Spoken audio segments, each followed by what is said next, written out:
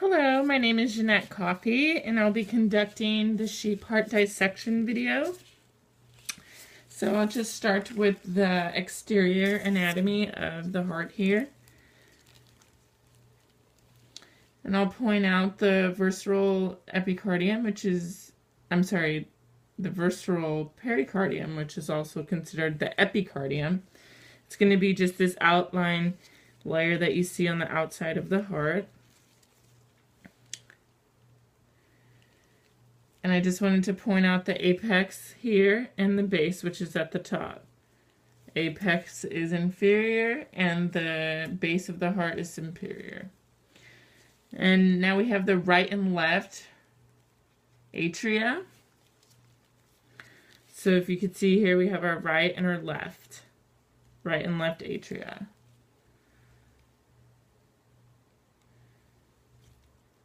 And we have a right and left ventricle, which is on the inferior side. Right and left ventricle and atriums. The blood in the right atrium is deoxygenated, and the blood in the left atrium is oxygenated. The right and left auricles. So we have our right, which is located here, and our left, which is located here. And they're just small, cone-like shaped muscular pouch. It's almost a different color here.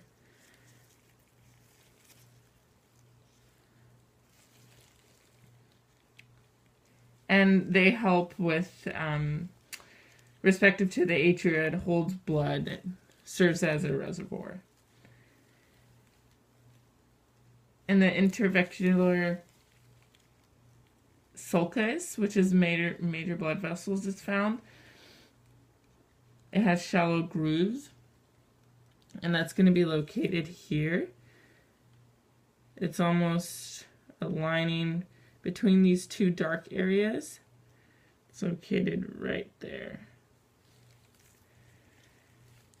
And we have our pulmonary trunk, which is also located next to our aortic arch. And that's going to be located here. Pulmonary trunk here. And then our aortic arch is right next to it here.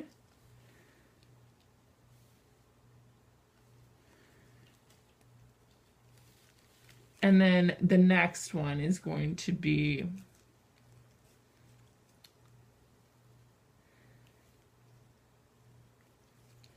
the brachiocephalic artery, which is located here. So pulmonary, aortic arch, and our brachiocephalic artery. And now we can move our attention back to the aorta, which is right here in the middle. And the blood that is in the vessel is carried from the left ventricle here to the rest of the body, and the blood is oxygenated.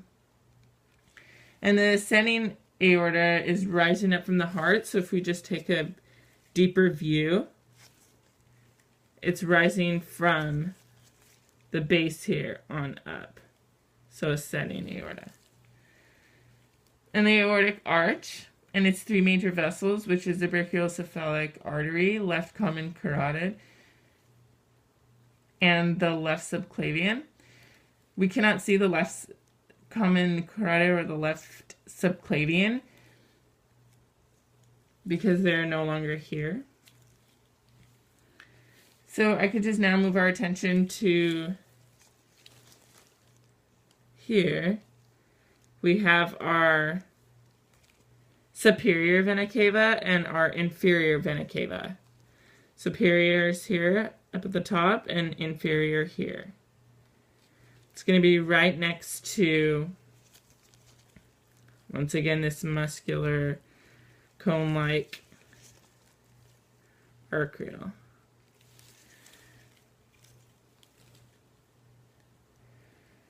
And our coronary sinus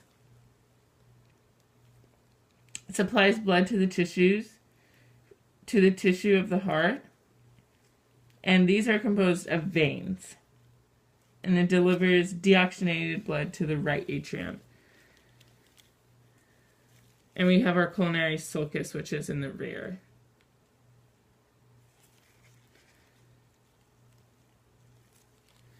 Okay, and we can now turn our attention to the internal anatomy. And in the internal anatomy, we have our pectinate in the inner wall of the right atrium. And that's going to be located here. And we have our papillary muscles, which you could see very clearly here. And we have our coronae tendineae, which is almost like these tree-like branches on the interior. And our myocardium, which is the muscle here. It's very thick. It's on both sides here, on the right and left. It's the thick muscular.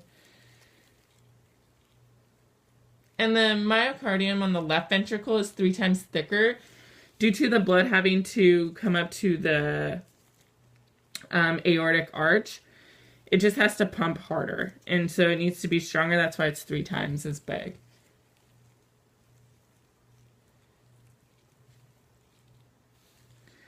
So we could also see here we have the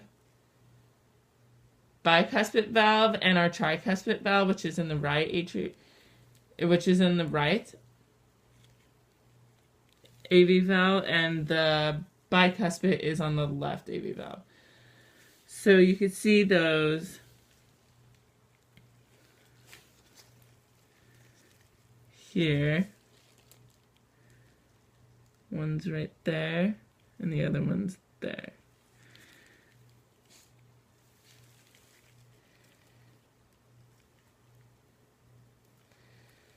And our pulmonary semilunar valve, which is next to the pulmonary trunk here. So if we take the pulmonary trunk and we examine the inside, you would find the pulmonary semilunar valve. And the aortic semilunar valve is also located in the aortic arch here. Down, and it's very inferior to that. Okay, so that's going to complete my video. Thank you very much. Thank you for watching.